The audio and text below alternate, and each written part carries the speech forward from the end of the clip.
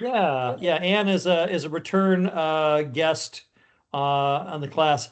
I can't remember if you did the debunking class or maybe you did the other class too, where we kind of talk about stuff that works. I honestly can't remember, but I um, cannot remember either. In some years I can do it, or some semesters, and others it conflicts with my teaching. So I yeah, can't yeah. remember which class it was, but yes, I've visited before. Yeah, well, thank you so much for taking the time. Um, and as you know, we've been talking a little bit about growth mindset theory for this class, and we read the McNamara and Burgoyne meta-analysis published in Psychological Bulletin. And I was mentioning to them that you and I just happened to be coincidentally working on a paper where we're talking a lot about growth mindset theory and growth mindset training. So. I originally was going to assign that as a reading, but we weren't quite done. But I'll share it with the students if we get it finished. That was probably And my fault. I dragged my feet on turning that draft around. well, it's okay. And I think the students in this class are getting a little bit of a window into the life of a professor because I have dropped the ball multiple times in this class this fall, and these students are very, very nice for not going and complaining about me and all that because yeah, they'll tell me something and like, oh my gosh, really? That did I mess that up? And so anyway, talk about absent-minded Familiar. professor. That's me. Yeah. Yeah. So anyway, well, let's jump in, and students can certainly jump in and ask questions. But what just start off? What's your take on growth mindset? Because I know that your opinion has sort of changed over the last 6 months or so, right? You spent a little time talking to Mark McDaniel, who's written a paper on this, and a few other people. So originally I thought, man, Anne is my partner in crime. We are going to write a paper that absolutely destroys growth mindset theory. And then you came back and said, maybe we should be slightly nicer, not so mean. And so talk to us a little bit about your sort of current stance on Yeah. growth mindset. And so you might recall that we actually did write a draft of a paper that was much harsher, and it was for a journal, a special issue that was on science denial and pseudoscience. And we chose to write about learning styles, which I'm sure if this is a debunking class, you probably have talked about learning styles already, would be my guess. And so we talked about learning styles as an example of basically a type of pseudoscience that has caught on in society that's not scientifically supported, and argued that whereas learning styles is oversold in our culture, most people still believe it. And it's still taught in schools, spacing is undersold. And so we wanted to pick another topic, and we picked growth mindset, and originally argued the same thing, that growth mindset is oversold in education, and that perhaps it should be replaced with retrieval practice instead. And reviewers were not that happy with the growth mindset part of that paper, and in fact recommended that we ditch the growth mindset and just stick to for that special issue on pseudoscience. And so that's what we did, but we thought we'll still write this paper on growth mindset. And this past summer, I did talk to Mark McDaniel, who's done a bit of work in the area of growth mindset, and we were talking about this idea of debunking growth mindset and writing a paper arguing that, like learning styles, it's oversold in society, and should instead be replaced with training in retrieval practice, for example, over restudying. And we had a long conversation where Mark thought that maybe we should tone it down a bit on that one, because he pointed out that he and others have done some research suggesting that growth mindset doesn't always have no effect. So if you read the McNamara and Burgoyne, I believe, is one of the meta-analysis papers where they argue, look, it really doesn't have much of an effect size here. When you do this meta-analysis, it doesn't look like it holds up as a robust finding. And so they argue that it really shouldn't be sold. It's a money-making, business, and they argue they're pretty harsh in their paper, honestly, as you probably noted when reading through it. Mark McDaniel pointed out to me that in some of the studies it's more nuanced, and in some of these studies, and it's probably about 2 or 3 that I can think of off the top of my head, they found that sometimes there's no effect of a growth mindset intervention, but if you specifically look at the more disadvantaged groups, they seem responsive in these studies to the growth mindset intervention, whereas the students from more advantaged groups, right, wealthier, more privileged groups, are the ones that are not responsive to the growth mindset intervention. And so what Mark McDaniel argued in our conversation, and it comes out in a couple of these papers, is that what may be happening is that when you train students from disadvantaged groups on growth mindset, it might help them to be more resilient to the discomfort of hey, you don't need to put that in the chat. Actually, it was margaritas, not beers. But that part is true. It was after an APA council meeting in Denver that was a high workload meeting, and so it was over drinks that we were discussing this. But that what may be happening is the people from lower advantaged groups who are trained on the growth mindset may be getting more resilient or getting some more stamina when it comes to tolerating the discomfort involved in the types of retrieval strategies that work, right? So retrieval strategies that are effective are not the feel-good strategies. So retrieval practice, testing yourself, trying to think of it on your own without just looking up the answer first, or just restudying, rereading. Retrieval practice is uncomfortable if you think about it. It doesn't make you feel good. In fact, it makes you feel bad. It's kind of hard. And then you have to realize you didn't succeed at retrieving it. And it would certainly feel better to just look up the answer. But yet lots of research suggests that just restudying or rereading information is not as beneficial for later retention of it as retrieval practice is. And so what they argue is that it may be that the reason for these mixed sorts of results that you see in the literature is that it doesn't have a direct effect. It's not that training on growth mindset by itself is leading to benefits to learning, but that training on growth mindset might help people to be able to tolerate more that discomfort of engaging in the more effective retrieval strategies. And so they cite some sort of correlated evidence that might hint at that. And so we've changed our tune, I think, in our current paper. And that was sort of what I was dragging my feet on in this paper, is I was trying to figure out how do I reframe it and tone it down to not be saying, okay, growth mindset should be thrown out the door the way learning styles should be. I no longer really think that. And honestly, I've always in my own, so I teach a class on science of learning at my institution at Colorado State. It's a 100 level class that's aimed at teaching students study skills. So it's meant to teach students to take from the science of learning tangible study strategies that they can begin using right away. And I do tell them it's good to have a growth mindset. And so at the start of the class, I say that if you're going to give up at the start, then you're not going to implement the strategies that work, and you're not going to try.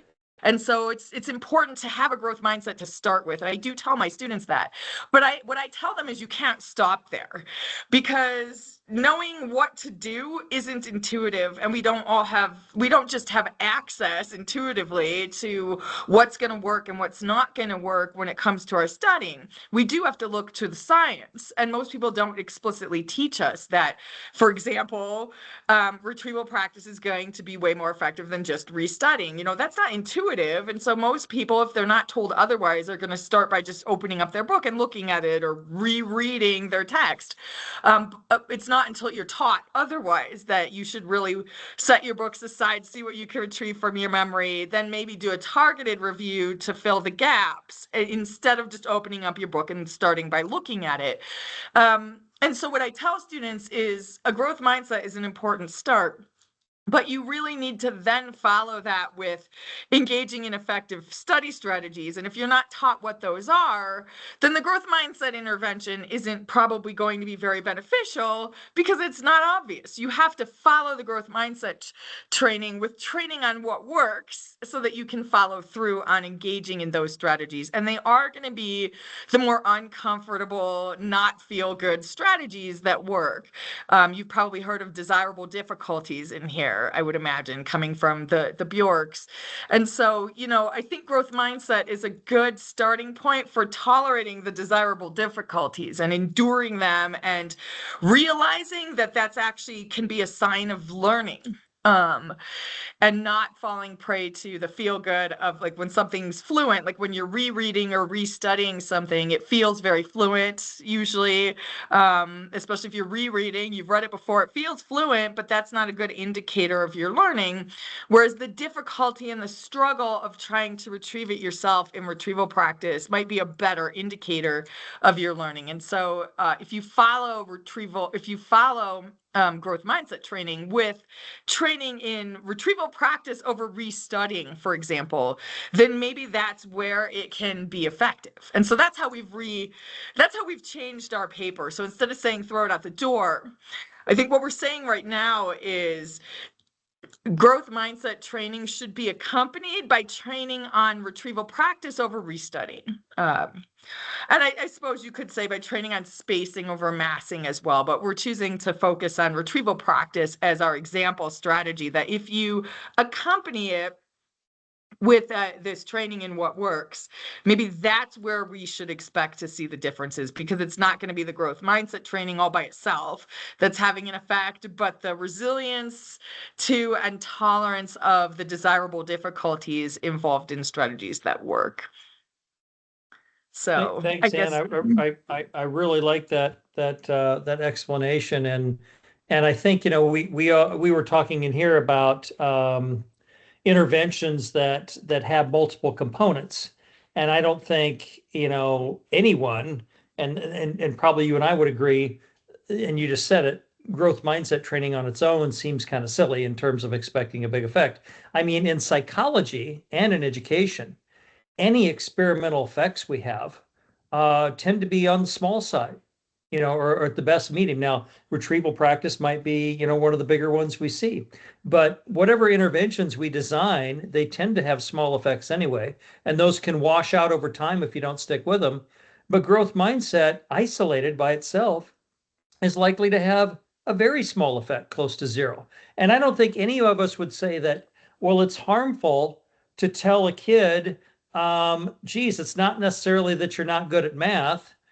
Maybe you're not applying the right strategies. Maybe, we need to put a little effort in and get some help.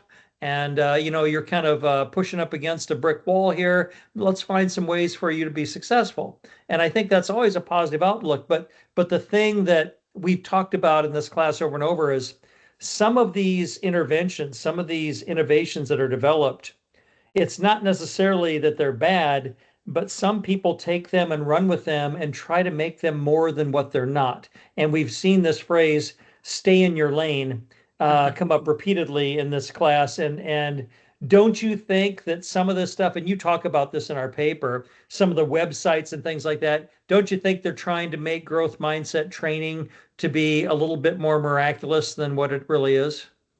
yeah. And if you've read the McNamara and Burgoyne, how do you say that name? Burgoyne, I'm probably mispronouncing it. That meta-analysis paper, they point out ways that is happening, right? In school systems, there are these nicely, neatly, tightly packaged growth mindset training interventions on the computer that school systems can buy and, pay, I don't know how much money for, but probably a lot. And it's kind of a quick, easy intervention that happens on the computer where the students are just being trained in growth mindset. And the idea there is that it's going to be this standalone treatment that's supposed to help all the students do better. And the question is, how much does that really move the dial? And I think I think it will be more effective. And, actually seeing this happen and come into practice is really going to be kind of the heavy lift, right?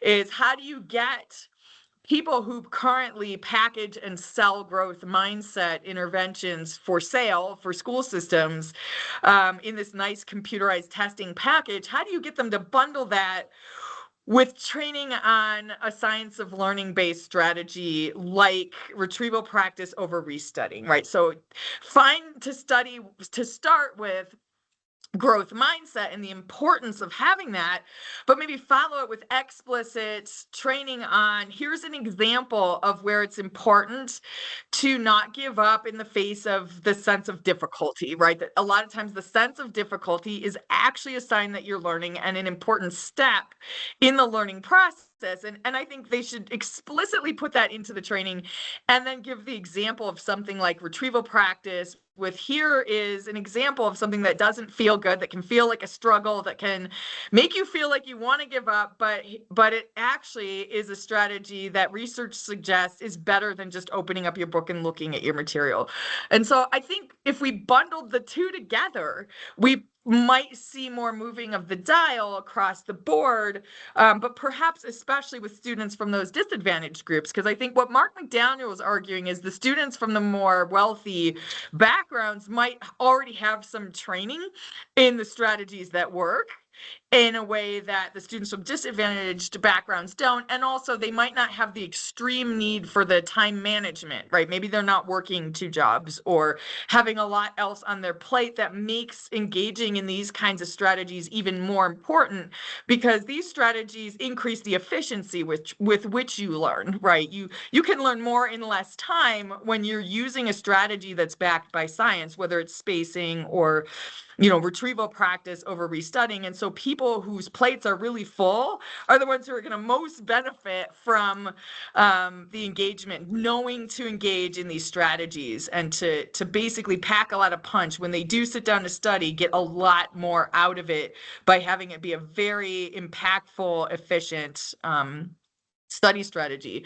So I'd like to see it bundled together with something like retrieval practice.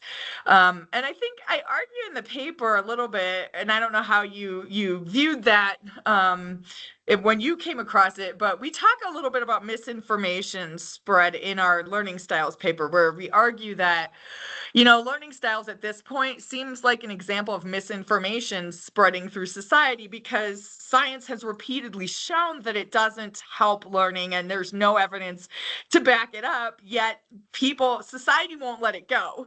And our education system won't seem to let it go. It just persists and persists.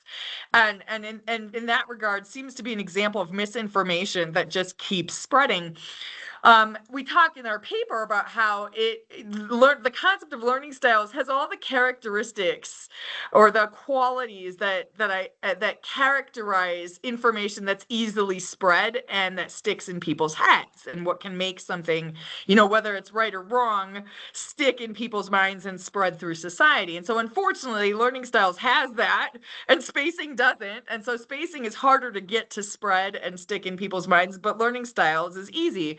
I think growth mindset is similar in that it has those qualities that tend to characterize information that sticks and spreads. And that's part of why people love it. And you see it, it has no problem spreading in schools and our education systems and having these computerized tests sold to school systems, because it is one of those easy to grasp, easy to retain in your mind, easy to very intuitive seeming, and kind of feel good. And those are all qualities that will get information to stick. Whereas retrieval practice isn't like that. It's a harder bit of information. It's not as conducive to spreading among people and sticking in people's minds as growth mindset. And so I think what I'm trying to argue in this new paper, and I don't know how much this will, I don't know how well this will get received either by Dr. Robinson or in review, but the idea of bundling retrieval practice with this concept that has the qualities that tend to characterize information spreading and sticking.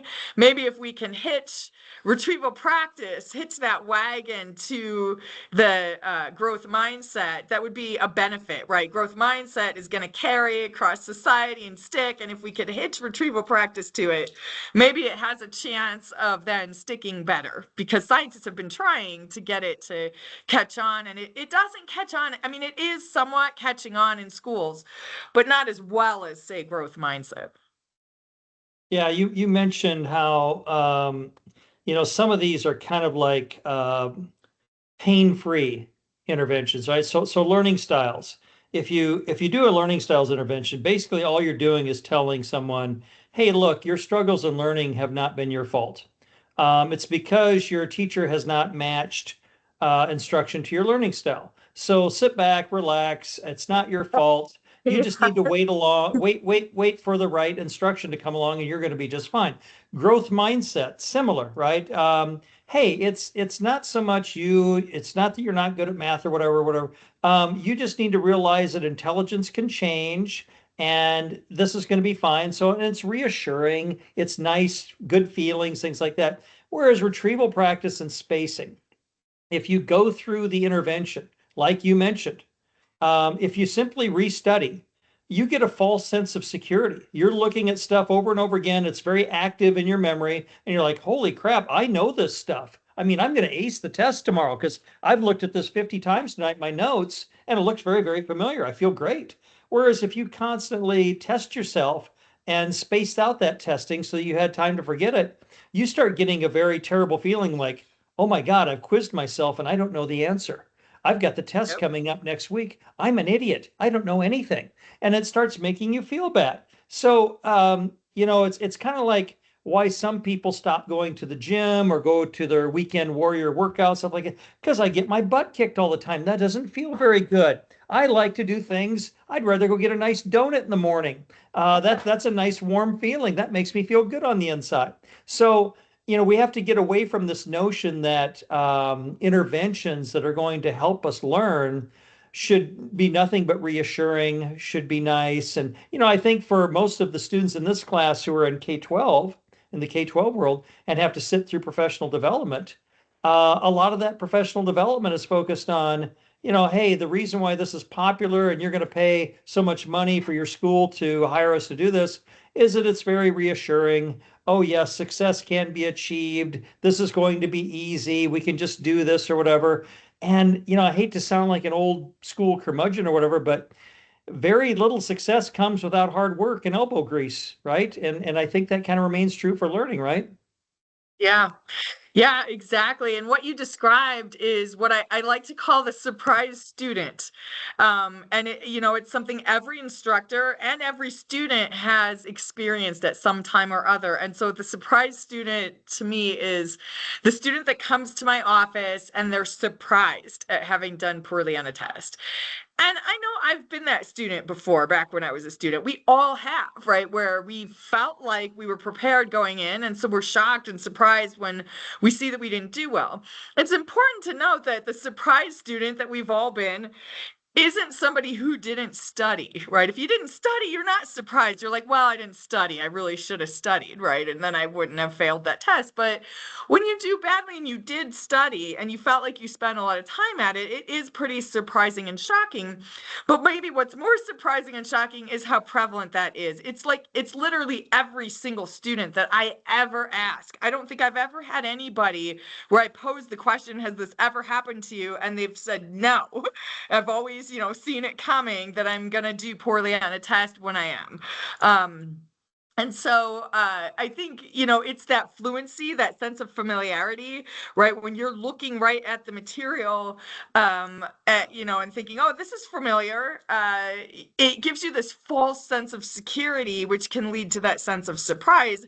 And, imagine that can be so discouraging, right? If you feel prepared and then you're negatively surprised, how despairing that must feel. And so I call it the opposite, sneaky learning. That's what I tell my students, is that effective effective learning strategies are sneaky, they sneak up on you. And so what'll happen is they will lead to the opposite sort of surprise in a good way, where you didn't see it coming, but if you stuck with the strategy, even though it didn't feel good and it felt like it probably wasn't going to work, and you lost faith that this was even going to help, and you still stuck with it because you learned that science suggests you should still stick with it, even if it doesn't feel like it's working, you may be pleasantly surprised in a good way at test time, because you did better than you thought you were going to do. Yeah. So Mary, you have your hand up. You'd like to ask a question? I would. I read Dr. Carl Hendrick's view of growth mindset, and I really liked what he said, and I just want to know what your thought is. He said that he felt that growth mindset was for the instructor, that the instructor has to understand that, and the instructor has to teach the strategies. He has to, or she has to, understand cognitive science, cognitive load theory, and stuff like that. And do you, I mean, because you guys are talking about you can actually talk to an adult, but what about in the elementary? Would you yeah. suggest that he's right? Yeah, it's a good point, right? But I don't disagree. I think that could be a more effective use of growth mindset, because you're not just stopping at, I taught them the growth mindset, so now we should see the dial move, right? It's, I taught them the growth mindset, and now I need to teach them what the cognitive science suggests, what the effective strategies are, or as an instructor, I need to implement spacing in how I've designed the curriculum, for example, and opportunities for retrieval practice. So I don't disagree with that. It does put the burden on the instructor, though. I don't know how feasible it is to expect all teachers, let's say like K to 12 teachers, or even in higher ed, college educators, to place that burden on them to teach their classes that way, given just a whole lot of constraints, right? All for teachers, there are all these standards that have to be met and these criteria they have to be engaging in, and they're probably overwhelmed and may not have a lot of wiggle room to change things. And with college instructors, I know part of the heavy lift is every college instructor has the academic freedom, right, to teach their class the way they see fit. And so they can come to workshops and pick up on some of the cognitive science, but trying to get that implemented across the board could be quite a heavy lift to see happen. And so given that we see learning styles and we see growth mindset just already sort of taking off on their own, right? These quick interventions that lots of institutions and education systems invest in,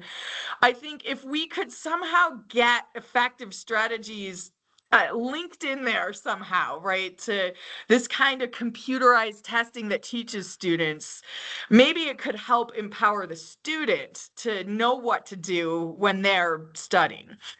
Since it isn't intuitive, it isn't obvious that, for example, retrieval practice is going to be better than restudying. And so, yes, it would be great for instructors to include this in how they go about teaching, but it might also help move the dial more in terms of student success if we give students interventions that teach them what some of these strategies are and how they can do it, if that makes sense.